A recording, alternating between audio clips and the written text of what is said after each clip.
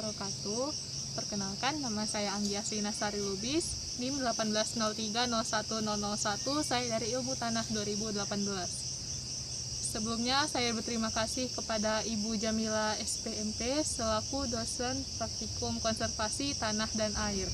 Saat ini, saya sedang diberikan tugas mengenai teknik-teknik konservasi tanah dan air dengan menggunakan metode vegetatif.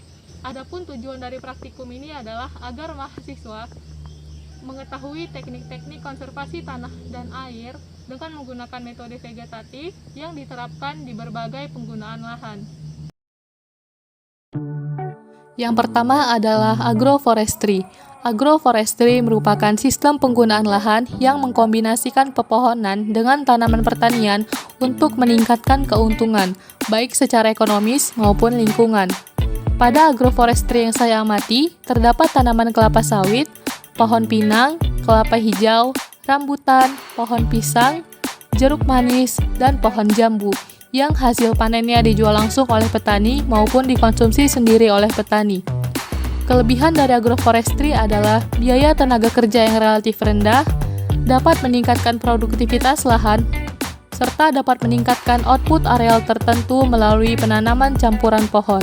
Sedangkan kekurangannya adalah pengurangan hasil tanaman pokok karena pohon-pohon bersaing dalam penggunaan lahan, serta ketidaksesuaian pohon dengan kegiatan pertanian.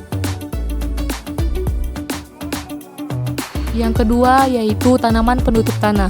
Tanaman penutup tanah yang saya amati adalah Mucuna bracteata, yang merupakan salah satu jenis tanaman leguminosa atau kacang-kacangan yang digunakan sebagai penutup tanah pada lahan budidaya kelapa sawit. Kelebihan dari penutup tanah adalah dapat mengendalikan erosi, menahan atau mengurangi daya perusak butir-butir hujan, serta menambah bahan organik melalui batang, ranting, dan daun mati yang jatuh. Adapun kelemahannya yaitu kesulitan pertumbuhan pada awal penanaman, terutama ketika kondisi cuaca panas dan curah hujan kurang. Yang ketiga adalah strip cropping. Strip cropping merupakan suatu sistem bercocok tanam yang beberapa jenis tanaman ditanam dalam strip yang berselang-seling pada sebidang tanah pada waktu yang sama dan disusun memotong lereng atau menurut garis kontur. Biasanya, tanaman yang digunakan adalah tanaman pangan atau tanaman semusim yang diselingi dengan tanaman yang tumbuh rapat berupa tanaman penutup tanah atau pupuk hijau.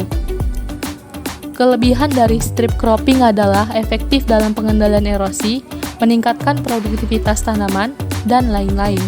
Sedangkan kelemahannya adalah mengurangi luas areal tanam sebanyak 20-22%.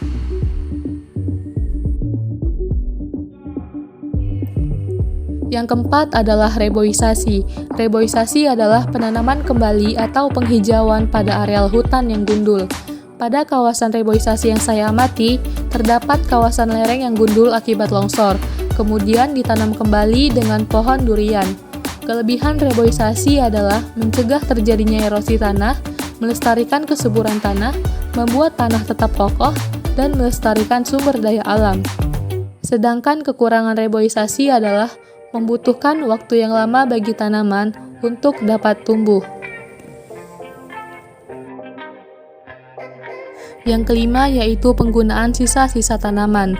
Contoh dari penggunaan sisa-sisa tanaman dalam kegiatan konservasi dapat menggunakan bagian dari tanaman itu sendiri yang telah mati, kemudian dibenamkan ke dalam tanah ataupun dibiarkan di atas tanah.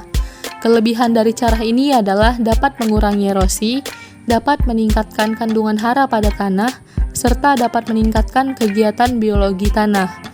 Adapun kelemahan dari cara ini adalah membutuhkan waktu yang lama agar bisa terbenam ke dalam tanah.